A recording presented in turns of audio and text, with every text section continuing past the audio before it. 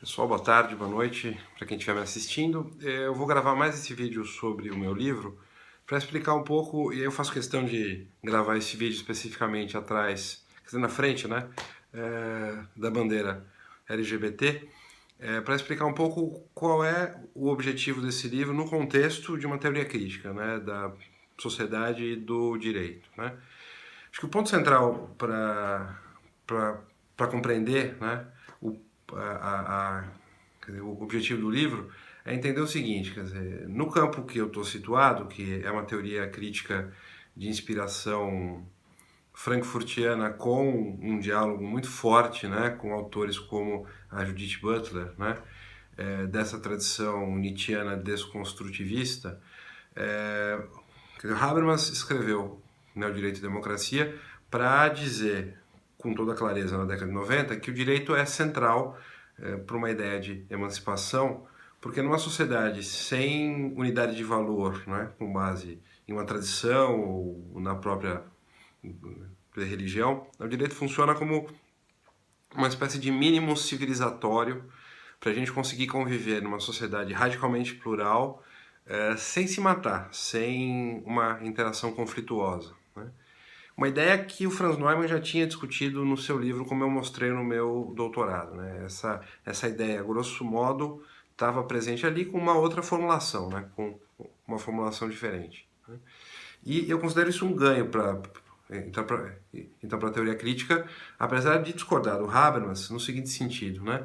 Eu acho que ele se compromete demais com o Estado de Direito como a gente conhece. Três poderes, com a centralidade do parlamento, né, o papel do poder judiciário na interpretação do direito, mas não como centro de discussão sobre a produção de normas, digamos, que é um modelo muito tradicional que está ali no direito e democracia, entre flexibilidade e validade, na tradução brasileira, e no Neumann isso está mais nuançado, por incrível que pareça, né? Ele chega a dizer claramente num texto sobre Montesquieu, olha, a separação de poderes hoje, como a gente concebe, com base numa certa visão do Montesquieu, é um entrave para a emancipação social. Então, o que eu tento fazer no livro é apresentar um modelo de direito, digamos, a meu ver, mais democrático, mais radicalmente democrático, mais plástico, né? E aí vocês precisam ler.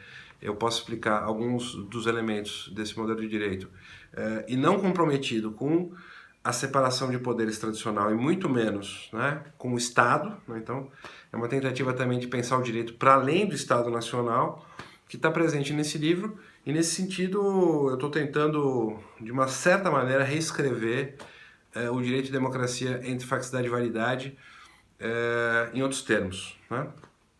Até é interessante lembrar que eu disse isso numa reunião, numa das instituições às quais eu estava ligado, que eu tinha como objetivo reescrever, né, o Factual de Validade, e deram risada de mim, né? O auditório inteiro riu, provavelmente da minha arrogância, né?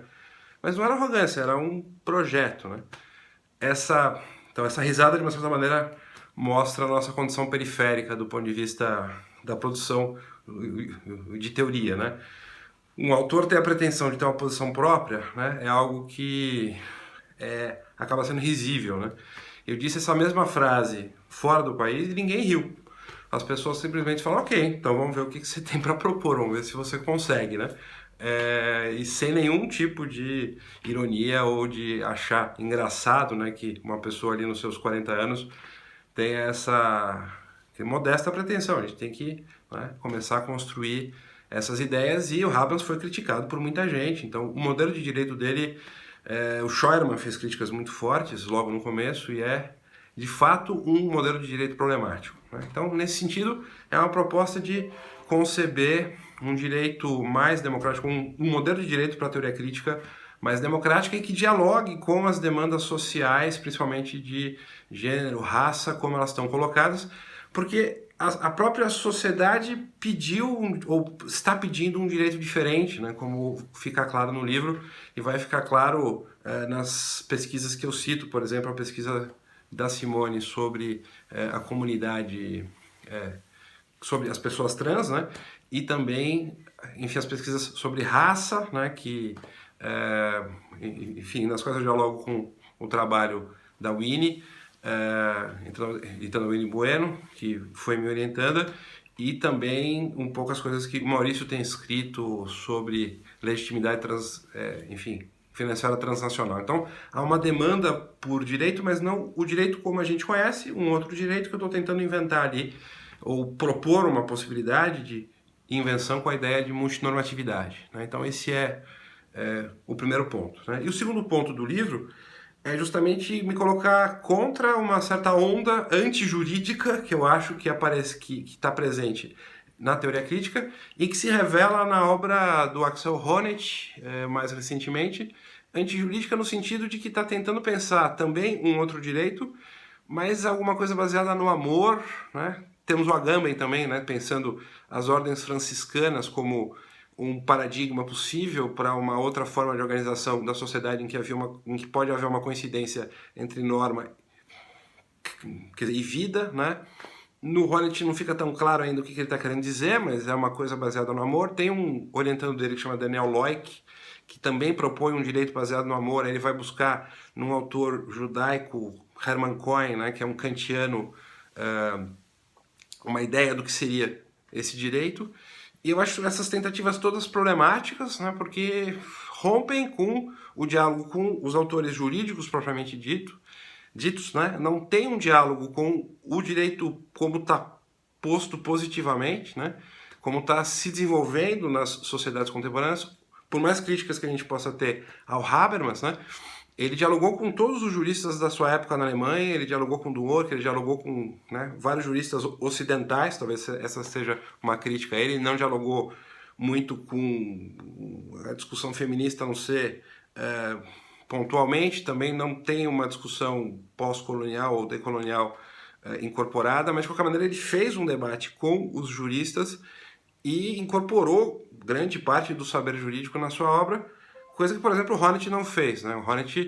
Para o Honneth, o direito ainda parece ser o que o Hegel disse que o direito é, o que o Marx disse que o direito é, que é o direito basicamente individualista, liberal, individualizante da relação jurídica, né, que inclusive é pré-estatal isso, né, é pré-formação dos Estados Nacionais, é uma cultura pré-formação dos Estados Nacionais.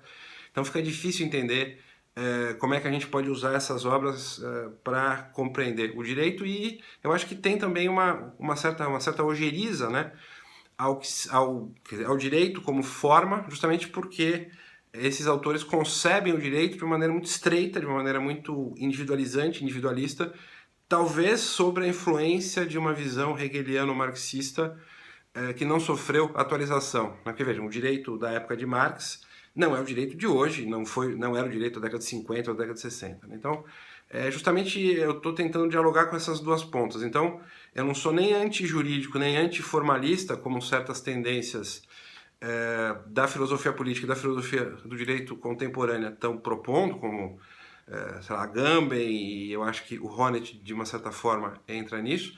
Também não sou, né, formalista no sentido habermasiano, que eu acho que ele se compromete demais com uma forma jurídica tradicional, né, o Estado tradicional, o Estado nacional tradicional, e ele fala isso, né, explicitamente, não é nada escondido, ele fala isso no prefácio do livro, ele fala isso quando ele fala de direito internacional. Eu defendo ainda essas estruturas tradicionais que estão presentes, mas eu acho que elas não dão mais conta, né? Então, eu estou tentando propor uma outra posição, que é manter a tradição do direito ocidental, por uma série de razões que eu posso explicar mais para frente, né? Mas a razão central é que eu acho que, mesmo para conceber uma sociedade plural, radicalmente conflitiva, pluralista, multicultural, né, como se diz, eu preciso de um mínimo de institucionalidade, eu preciso de um mínimo de instituição para garantir que as pessoas não se matem, né, para ter um espaço para divergir, né, ter um parâmetro para ver a divergência, para que as pessoas comparem as posições, porque senão vira guerra de todos contra todos, senão vira amigo-inimigo. Né? Então, esse mínimo institucional, esse mínimo civilizatório, digamos assim,